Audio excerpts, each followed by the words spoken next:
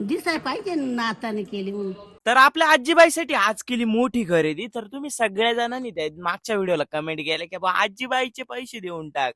तुमच्या माहितीसाठी सांगतो का आजीबाई आपल्यासाठी सगळं काही आहे आणि आजीबाईचे स्वप्न नाही आता तिच्या नातवंडांचे स्वप्न आहे. मग बंधूंनी मी आज एक निर्णय घेतला की आजीबाईला आज मोठी खरेदी करून टाकायची. आता आजीचे स्वप्न नाही तिच्या पोरांनी ना सगळे पूर्ण केले म्हणजे आमच्या वडिलांनी, पण काही राहिलेले स्वप्न आहे आता नातवंड पूर्ण करणार आहे. मग आजीबाईची इच्छा होती की तिला कानातले करायचे. आता हा व्हिडिओ जुना आहे बरं का, म्हणजे आत्ताचा नाहीये.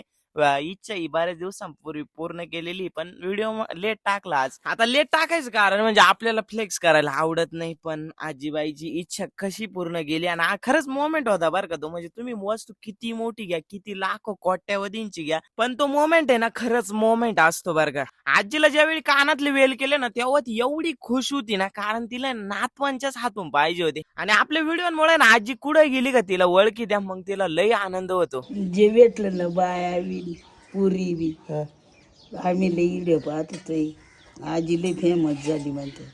आता आजी ना आमच्या घराचं आहे ना डायरेक्ट मेन पिलर आहे. युग पुरुष म्हटलं तरी काही हरकत नाही. म्हणजे पुरुषाच्या खांद्यावर जशी जबाबदारी राहते का तशी आजीनं तिच्या खांद्यावर घेतली. अख्ख्या नातू आणि पोरांना मोठं गेलं आणि एवढं मोठं साम्राज्य उभं केलं. म्हणजे हे साम्राज्य हे शून्यातून वर आलेलं आहे. आणि आमची शेती ना सगळं माळरान होतं, पण आजीनं डेव्हलप केलं आणि ही जेवढी काही आमची जास्त शेती ना ती आजीनं विकली नाही तर राखली. आज आजीला आम्ही आमच्या कातड्याचे जोडे जरी शिवले ना तरी आजीचे ना उपकार कधी फेटणार नाही. शेवटी एवढंच म्हणन का थँक्यू आजी आणि खूप सारं प्रेम. Love you.